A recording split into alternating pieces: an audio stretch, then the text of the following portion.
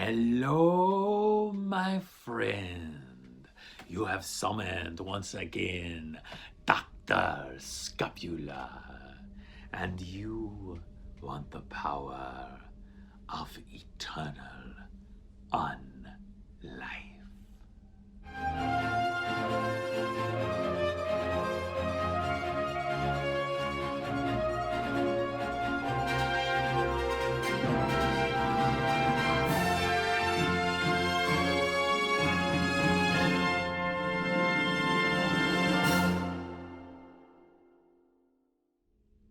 Now, my friend, you are doing so well. Your empire grows. You have vast armies of the zombies. You have created your lieutenants, the vampires, and you have done most fascinating experiments on your island. And your enemies have a curious habit of falling dead. You are perhaps my very finest pupil. But, my friend, there is something that you want to know, and you want Dr. Scapula to teach you. I will be happy to teach you this skill. I know what you want, my friend. You already know the power of transferring a soul, but no matter how good that is, you are still mortal. That new, fresh body that you have is still victim to accident. If you are on a plane and it is plummeting down, if a drunk driver passes into your lane and crashes into you, or simply a heart attack takes you before your time, you still will die. You want to know the true secret.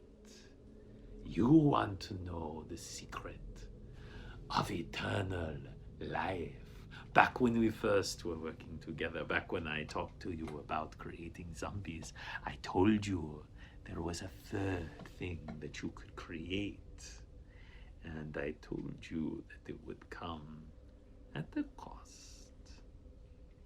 Yes, my friend, I speak of the revenant, of the leech, of the living undead.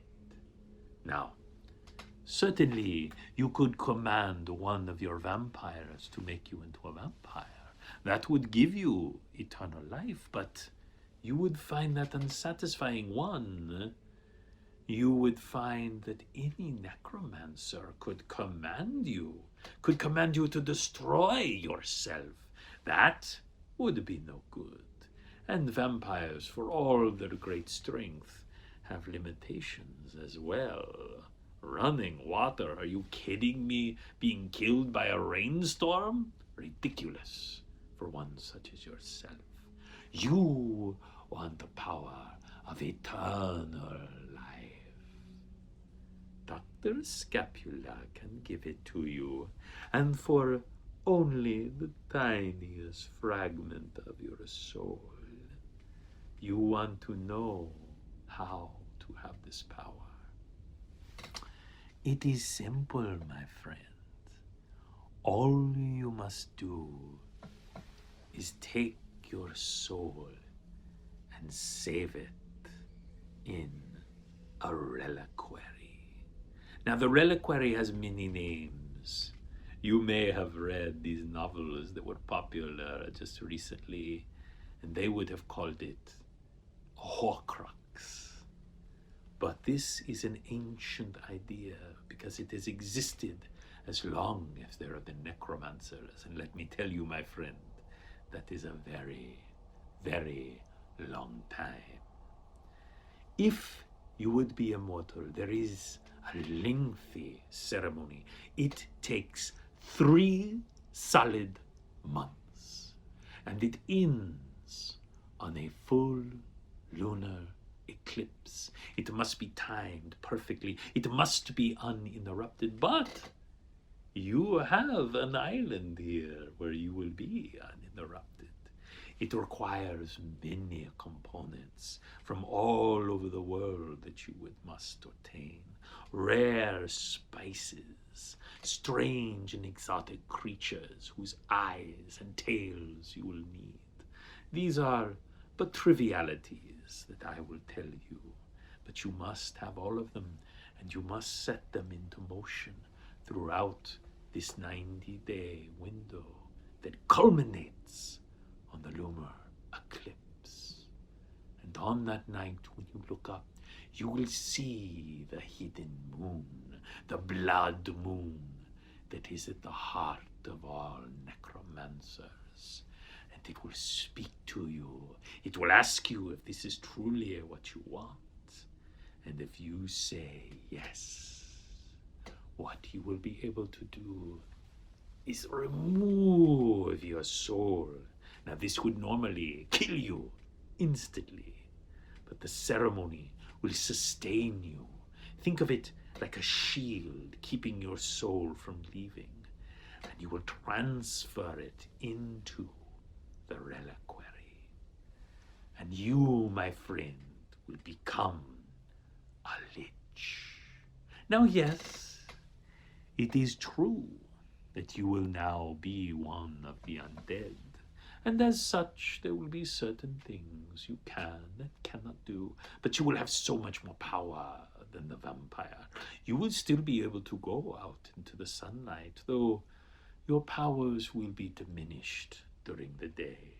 You will have only the very basic necromantic abilities during the day. But oh, in the night, your powers will flare, and you will have even greater abilities, all at your beck and call. And you cannot die. You could be stabbed 100 times. You could be thrown into a volcano. You could be shot with one of your mini firing machine guns. And even if your body is completely destroyed, it will slowly but surely knit itself back together. And you will be able to wreak terrible vengeance on those that destroyed you. A lich cannot be destroyed by destroying its corporeal form. But I think you are starting to see there is one great weakness to being a lich. Your reliquary is vulnerable. Now, it is very powerful. It is not, you cannot drop it onto the ground and it will shatter and your soul will go away. No, no, no. You cannot even take a gun, pow, and shoot. The reliquary will be damaged, but it can be destroyed through extraordinary means, such as throwing it into a volcano would do it eventually, or extreme damage, such as a bomb blast, or certain spells and rituals that can be used to unknit it. That is your one great weakness. To take from the comic book, it is your kryptonite. But is it worth having kryptonite if you can become an immortal Superman? You will have abilities that you have never dreamed of.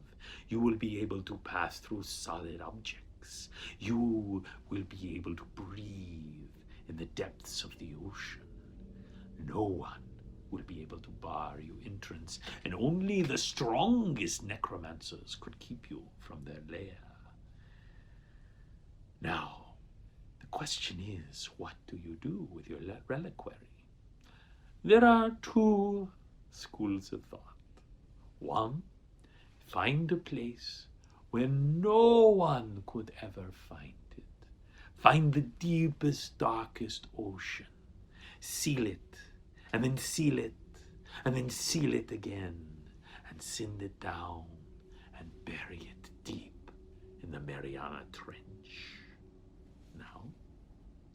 No one will be able to find it. But the downside is you will not know if it is well. If someone has some means that you do not know of locating it and finding it, one, they could destroy it, or two, they could let you know they have it and you would be at their beck and call. The other is to always keep it with you, somewhere safe, somewhere secure in your lair, where others cannot easily reach, a vault upon a vault upon a vault, with security and all manner, but you will still have access to it. That is what most necromancers do. They fear the uncertainty of the others. They fear being out of control. The downside, of course, is no matter how secure it is, there is always a way to get past security. And again, if someone locates your reliquary, they could either destroy it or use it to control you. Now, my friend, do you want this power? Do you want me to teach you how to become an immortal? Then give me the slice of your soul and let us begin. How does immortality suit you? Well, if you would like to gain more immortality, subscribe to Roleplay Riot. Or perhaps you'd like to watch another one of my videos. Maybe one of them will teach you the secrets of immortality.